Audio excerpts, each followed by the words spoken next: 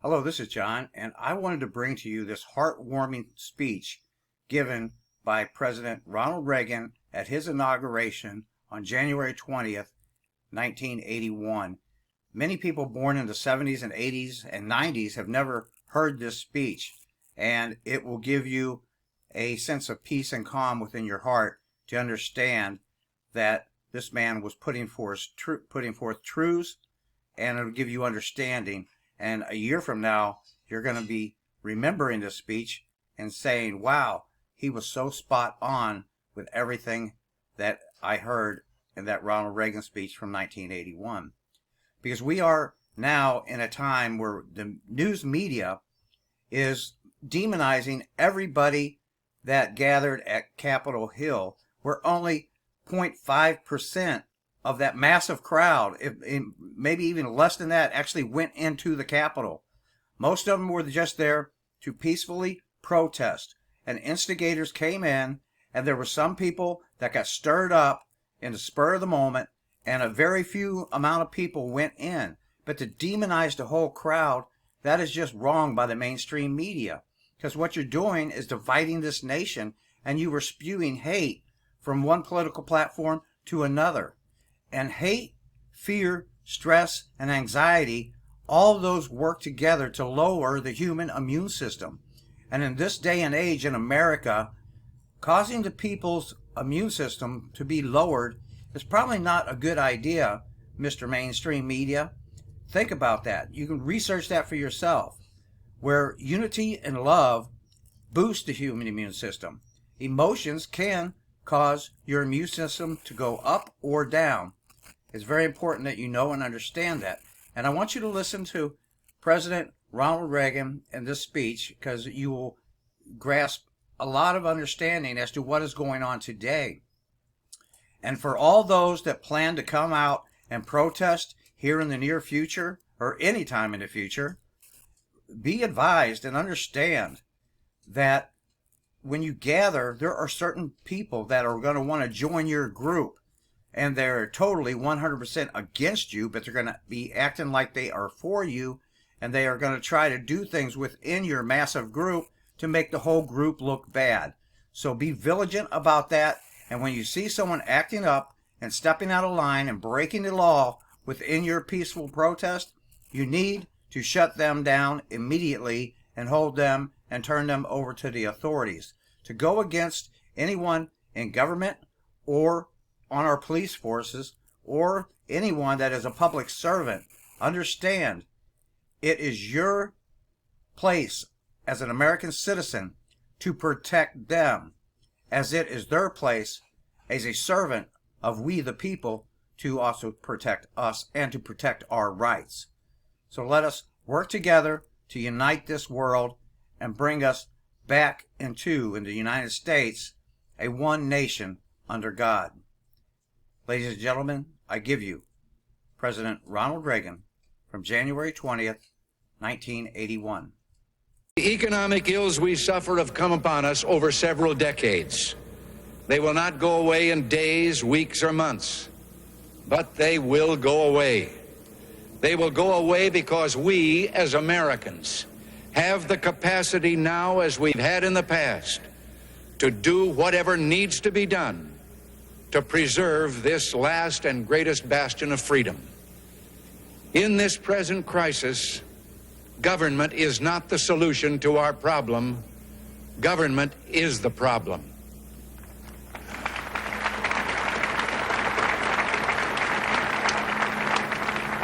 From time to time, we've been tempted to believe that society has become too complex to be managed by self-rule, that government by an elite group is superior to government for, by, and of the people. Well, if no one among us is capable of governing himself, then who among us has the capacity to govern someone else? All of us together, in and out of government, must bear the burden. The solutions we seek must be equitable, with no one group singled out to pay a higher price. We hear much of special interest groups. Well, our concern must be for a special interest group that has been too long neglected. It knows no sectional boundaries or ethnic and racial divisions, and it crosses political party lines. It is made up of men and women who raise our food, patrol our streets, man our mines and factories, teach our children, keep our homes, and heal us when we're sick. Professionals, industrialists, shopkeepers, clerks, cabbies, and truck drivers. They are, in short, we the people. This breed called Americans. Well, this administration's objective will be a healthy, vigorous, growing economy that provides equal opportunities for all Americans with no barriers born of bigotry or discrimination. Putting America back to work means putting all Americans back to work. Ending inflation means freeing all Americans from the terror of runaway living costs. All must share in the productive work of this new beginning, and all must share in the bounty of a revived economy. With the idealism and fair play which are the core of our system and our strength, we can have a strong and prosperous America at peace with itself and the world. So as we begin, let us take inventory. We are a nation that has a government, not the other way around. And this makes us special among the nations of the earth. Our government has no power except that granted it by the people. It is time to check and reverse the growth of government, which shows signs of having grown beyond the consent of the governed. It is my intention to curb the size and influence of the federal establishment and to demand recognition of the distinction between the powers granted to the federal government and those reserved to the states or to the people.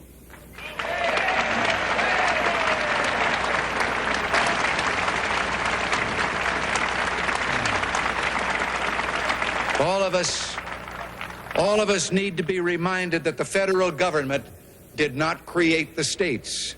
The states created the federal government.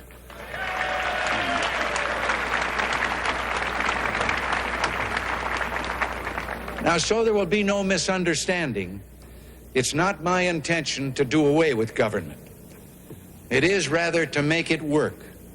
Work with us, not over us. To stand by our side, not ride on our back. Government can and must provide opportunity, not smother it. Foster productivity, not stifle it. If we look to the answer as to why for so many years we achieved so much, prospered as no other people on earth, it was because here in this land we unleashed the energy and individual genius of man to a greater extent than has ever been done before. Freedom and the dignity of the individual have been more available and assured here than in any other place on earth. The price for this freedom at times has been high, but we have never been unwilling to pay that price. It is no coincidence that our present troubles parallel and are proportionate to the intervention and intrusion in our lives that result from unnecessary and excessive growth of government. It is time for us to realize that we're too great a nation to limit ourselves to small dreams. We're not, as some would have us believe, doomed to an inevitable decline. I do not believe in a fate that will fall on us no matter what we do. I do believe in a fate that will fall on us if we do nothing. So with all the creative energy at our command, let us begin an era of national renewal. Let us renew our determination, our courage, and our strength. And let us renew our faith and our hope. We have every right to dream heroic dreams. Those who say that we're in a time when there are no heroes, they just don't know where to look. You can see heroes every day going in and out of factory gates. Others, a handful in number, produce enough food to feed all of us and then the world beyond. You meet heroes across a counter, and they're on both sides of that counter. There are entrepreneurs with faith in themselves and faith in an idea who create new jobs, new wealth, and opportunity. There are individuals and families who take taxes, support the government, and whose voluntary gifts support church, charity, culture, art, and education. Their patriotism is quiet but deep. Their values sustain our national life. Now, I have used the words they and their in speaking of these heroes. I could say you and your, because I'm addressing the heroes of whom I speak, you, the citizens of this blessed land. Your dreams, your hopes, your goals are going to be the dreams, the hopes, and the goals of this administration, so help me God.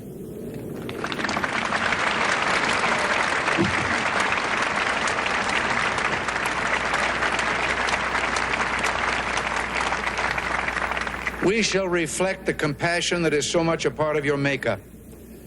How, in the days ahead, I will propose removing the roadblocks that have slowed our economy and reduced productivity. Steps will be taken aimed at restoring the balance between the various levels of government. Progress may be slow, measured in inches and feet, not miles, but we will progress. It is time to reawaken this industrial giant, to get government back within its means, and to lighten our punitive tax burden. And these will be our first priorities, and on these principles there will be no compromise.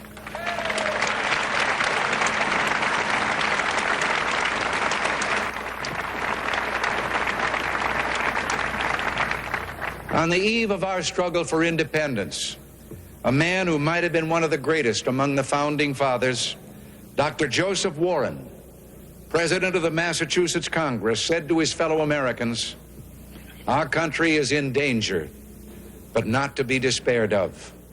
On you depend the fortunes of America. You are to decide the important question upon which rests the happiness and the liberty of millions yet unborn. Act worthy of yourselves." Well, I believe we, the Americans of today, are ready to act worthy of ourselves, ready to do what must be done to ensure happiness and liberty for ourselves, our children, and our children's children.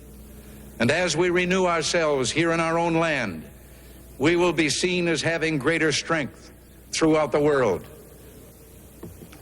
We will again be the exemplar of freedom and a beacon of hope for those who do not now have freedom.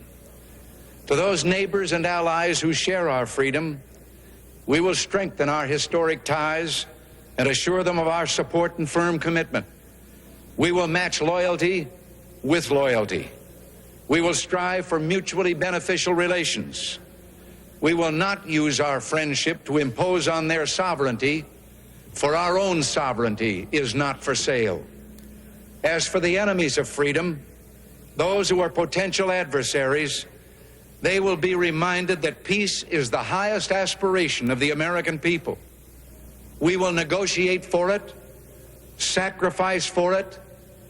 We will not surrender for it now or ever.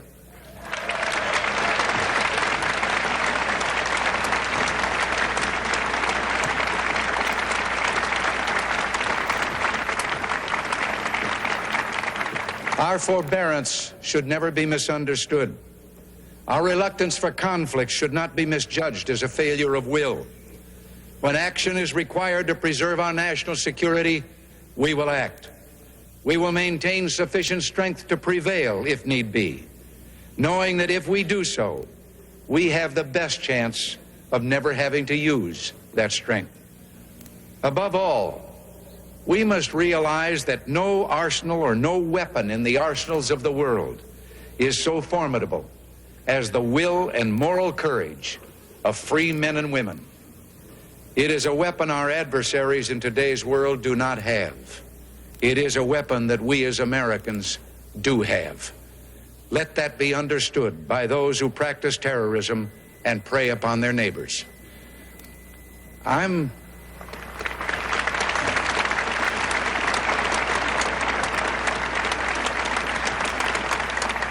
I'm told that tens of thousands of prayer meetings are being held on this day. And for that, I'm deeply grateful. We are a nation under God, and I believe God intended for us to be free.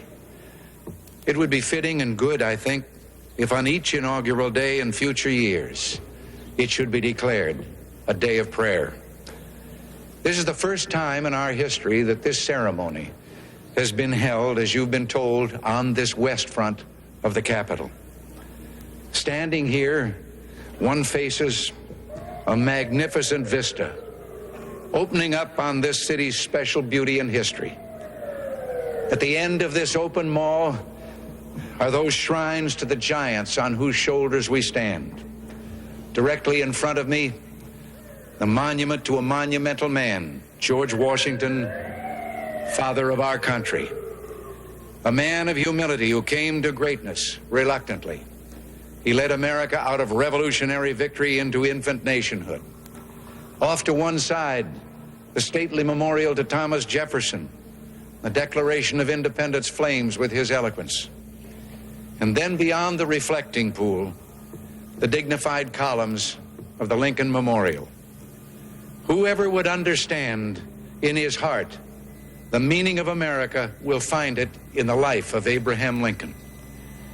Beyond those monuments to heroism is the Potomac River, and on the far shore, the sloping hills of Arlington National Cemetery with its row upon row of simple white markers bearing crosses or stars of David. They add up to only a tiny fraction of the price that has been paid for our freedom. Each one of those markers is a monument to the kind of hero I spoke of earlier. Their lives ended in places called Belleau Wood, the Argonne, Omaha Beach, Salerno, and halfway around the world on Guadalcanal, Tarawa, Pork Chop Hill, the Chosin Reservoir, and in 100 rice paddies and jungles of a place called Vietnam. Under one such marker lies a young man, Martin Treptow, who left his job in a small-town barber shop in 1917 to go to France with the famed Rainbow Division. There on the Western Front, he was killed trying to carry a message between battalions under heavy artillery fire. We're told that on his body was found a diary. On the flyleaf, under the heading, My Pledge, he had written these words: America must win this war. Therefore, I will work, I will save, I will sacrifice, I will endure. I will fight cheerfully and do my utmost as if the issue of the whole struggle depended on me alone. The crisis we're facing today does not require of us the kind of sacrifice that Martin Treptow and so many thousands of others were called upon to make. It does require, however, our best effort and our willingness to believe in ourselves and to believe in our capacity to perform great deeds, to believe that together, with God's help, we can and will resolve the problems which now confront us. And after all, why shouldn't we believe that? We are Americans. God bless you and thank you.